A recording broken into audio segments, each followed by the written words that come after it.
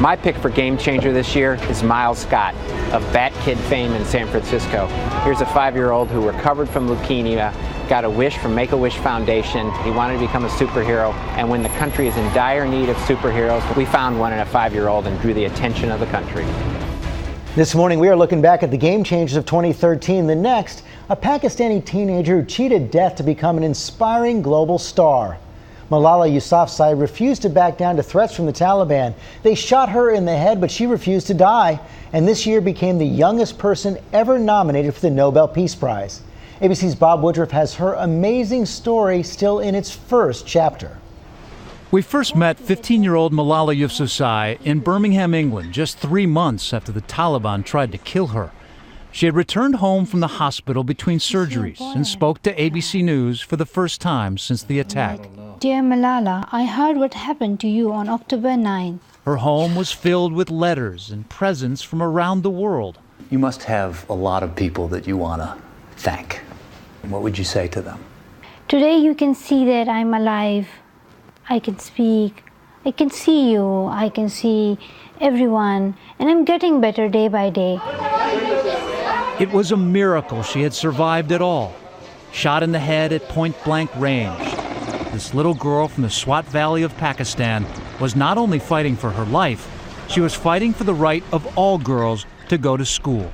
Malala Yousafzai was attacked and shot by extremists who don't want girls to have an education and don't want girls to speak for themselves. I have the right of education. I have the right to play. I have the right to speak up. Malala was speaking up because the Taliban was bombing schools, threatening teachers, and ordering girls to stay at home. Swat Valley! Zindabad! Swat Valley! Zindabad! She was even featured in this documentary by the New York Times.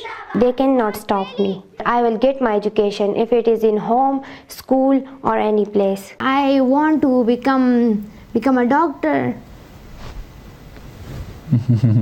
Her father, Ziauddin, an activist and school teacher, was targeted for death. Soon his only daughter would be too. She doesn't remember the man with a gun boarding her school bus, but she described what her friend sitting next to her told her in this interview with Diane Sawyer. He said, you were just holding my hand and you just squeezed my hand like you were just forcing it, and you said nothing. And she said, like, you just looked at the man like this. And then she said, like, then he fired three bullets, and one hit you on the left side of my head, and it hit me like this. So I hide my face because there was gunpowder on my fingers. The alleged shooter, Ataullah, was never arrested. As word spread that Malala was alive, her survival became the ultimate defiance.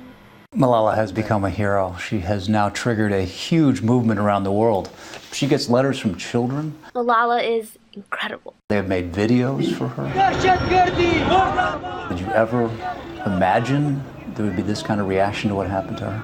I think Malala is an inspiration for the children all over the world.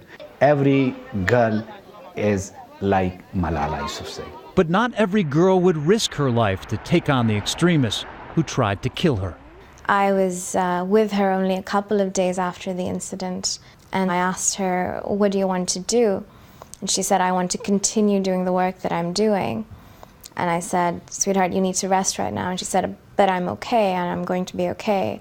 And there's many, many more people that I need to help. She could have disappeared. She could have silenced herself. This is pretty courageous of her to do this kind of work. She will not back down until she thinks every child has the right to go to school. I'm here to speak up for the right of education of every child. So on her 16th birthday, the bravest girl in the world took to the stage at the United Nations, an emotional moment for her proud parents. They thought that the bullet would silence us, but they failed. The terrorists thought that they would change my aims and stop my ambitions, but nothing changed in my life except this. Weakness, fear, and hopelessness died. Strength, power, and courage was born. The little girl from Swat had become a symbol for a cause much larger than herself. Her life is a miracle. Her standing up again with her full stature is a miracle. And the way she spoke, I think it was amazing. And now, I am not the only person who own her as a daughter. She's owned by everybody. She's the daughter of the world. She's the daughter of the world. That she wants education for everybody, especially for the daughters and sons of Taliban. But on the one-year anniversary of Malala's attack, the Taliban said they would target her again. I think life is always dangerous. Some people get afraid of it, some people don't go forward. And now I know that you must not be afraid of death. And you must move forward. To move forward, she has created the Malala Fund to raise awareness and money for the 32 million girls around the world who can't go to school. Her first grant, sending 40 young girls working in domestic labor in the Swat Valley to school full-time. Let us turn the education of 40 girls into 40 million girls. Many of the world's loudest voices are speaking out to support her cause. They shot her at point-blank range in the head and made her stronger. Malala, who dared to believe that every child has an equal right to an education. What matters is if you are brave, and you are very, very brave, Malala.